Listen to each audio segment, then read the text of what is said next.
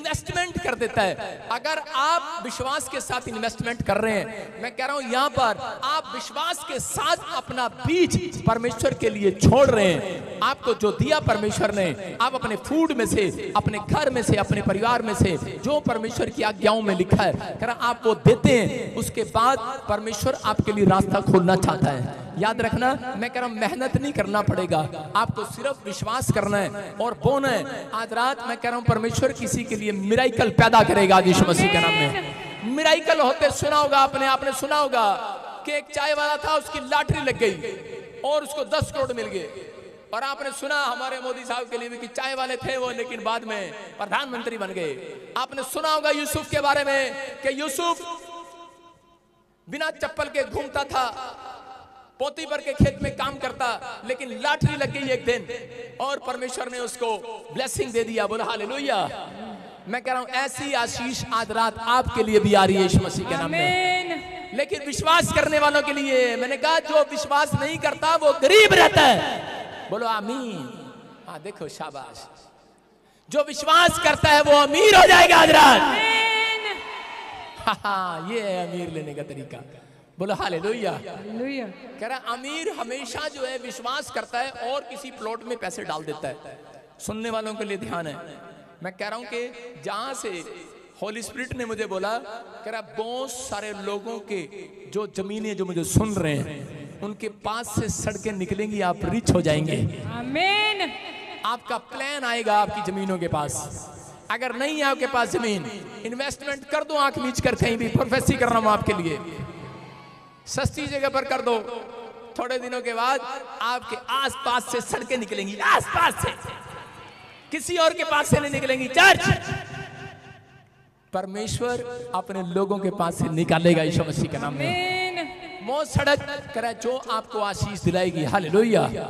लेकिन कह रहा मानने के लिए तैयार है कि नहीं। कह रहा भजन संहिता 78 में हम देखते हैं 78:24 के 25 में, और उसमें वहां पर लिखा, इजरायलियों को खुदा ने स्वर्ग की रोटी दी। हाँ पढ़ेंगे। और उनके लिए खाने को मन्ना बरसाया और उन्हें स्वर्ग का अन्न दिया।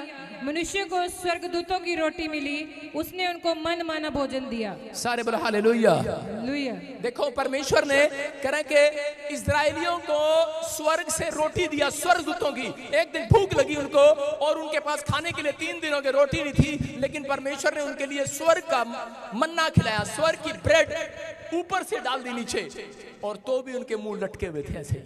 उनको परमेश्वर ने, आज बहुत सारे लोगों की सैलरियां 5,000 से 10 कर दी परमेश्वर ने, तो भी उनके मुंह लटके हुए हैं। 50 कर दिए तो भी मुंह लटके हुए हैं। आज बहुत सारे लोग चर्च में मुंह लटका कर आते हैं, लेकिन यहाँ पर उनको विश्वास नहीं है कि परमेश्वर मुझे बढ़ाएगा। कह रहा है कि जो मुझे रोटी दे सकता है, जो मुझे बीज दे सकता है, वो मेरी हर एक इच्छा को पूरा कर सकता है। यहाँ पर इजरायलियों को परमेश्वर ने कहा था कि बेटे, कह रहे जो जितना तुम्हें खाना है उतना उठाना, वरना बाकी कह रहे कि जेब में मत रखना, नहीं तो वो घर जाते ही सड़ जाएगा। लेकिन इजरायलियों ने सोचा कि शायद परमेश्वर हमें कल ना दे, और उन्होंने उस मन्ने को, करे उस रोटियों को उठा लिया, अपने लिए भी उठा लिया, बच्चों के लिए भी उठा लिया, पति के लिए भी उठा लिया।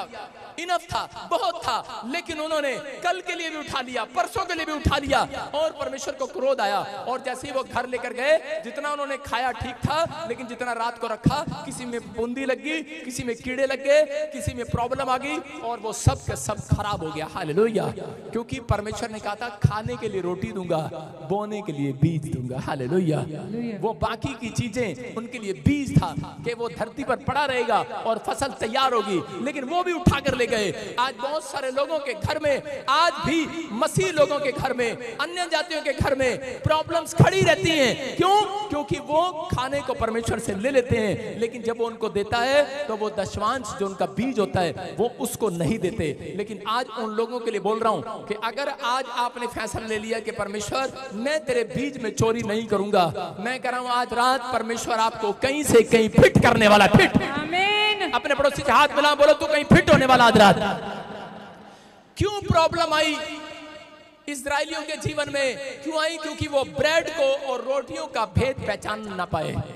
आज आपके जीवन में प्रॉब्लम्स तब हो सकती है जब आप ब्रेड को और रोटियों का भेद पहचान नहीं पाओगे। अगर आप ब्रेड और रोटी का भेद पहचान चुके हो कि परमेश्वर ने ब्रेड मेरे लिए और बीज परमेश्वर के लिए। हालेलुया। मुझे बोना है। अगर आप बोने वाले हो, मैं कह रहा हूं कि